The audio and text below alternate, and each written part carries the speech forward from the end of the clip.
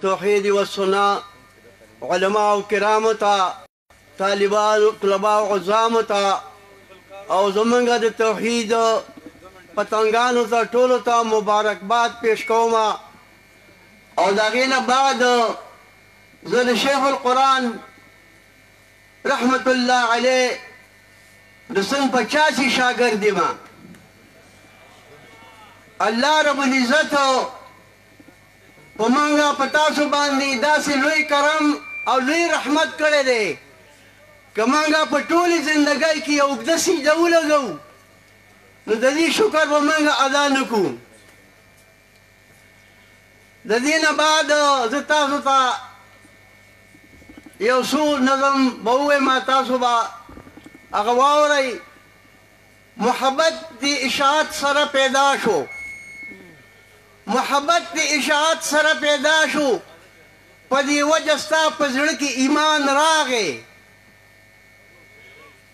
عزیزانو دا یو لویه خوشخبري ده، عزیزانو دا یو لویه خوشخبري ده چې عظیم کتاب زمونږ په لاس راغی.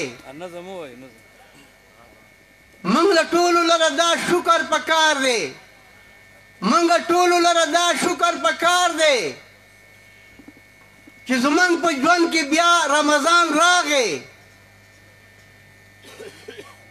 بدعتیانو د بدعاتو دیوال جوړ کو، ټینګ به نه کې قرآني انقلاب راغی. شیخ طیب له الله دا فراست ورکو، شیخ طیب له الله دا فراست ورکو.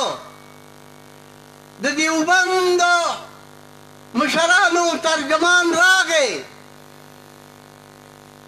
دا هغه کتاب دی موږ راوړ دی په ایمان، پیر مې دی نیولی د پنځپیر شیخ القرآن. دا هغه کتاب دی موږ راوړ دی په ایمان، پیر مې دی نیولی د پنځپیر شیخ القرآن.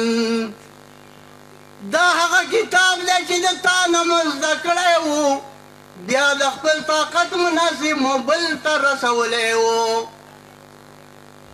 دا هغه کتاب دی چې د تا نه مو زده کړی و، بیا د خپل طاقت مناسب مو بل ته رسولی و. چرته نه پټېږي نور په ګوته د اسمان، پیر مې دی نیولی د پنځپیر شیخ القرآن. چرته نه پټېږي نور په ګوته د اسمان، پیر مې دی نیولی د پنځپیر شیخ القرآن. دا هغه کتاب دی چې د تا نه مو زده کړی دی، بیا د خپل طاقت مناسب مل ته رسولی دی. پرچم د توحید موږ لګول دی په میدان، پیر مې دی نیولی د پنځپیر شیخ القرآن. پرچم د توحید چې نن زموږ په لاس راغلی دی، هر یو بدعتي موږ ته د دې وجې نه غلی دی. پرچم د توحید چې نن زموږ په لاس راغلی دی، هر یو بدعتي موږ ته د دې وجې نه غلی دی. هیڅ ویلی نشي زړی ډېر دی پریشان، پیر مې دی نیولی د پنځپیر شیخ القرآن. دا هغه کتاب دی موږ راوړلی په ایمان، پیر مې دی نیولی د پنځپیر شیخ القرآن. هر یو بدعتي موږ ته د دې وجې نه غلی دی، هیڅ ویلی نشي لمبنی لکه غلی دی. غوږ بدل راکاږي اخر کې نوځوانان، پیر مې دی نیولی د پنځپیر شیخ القرآن. دا هغه کتاب دی موږ راوړلی په ایمان، پیر مې دی نیولی د پنځپیر شیخ القرآن. واخر دعوانا الحمدلله.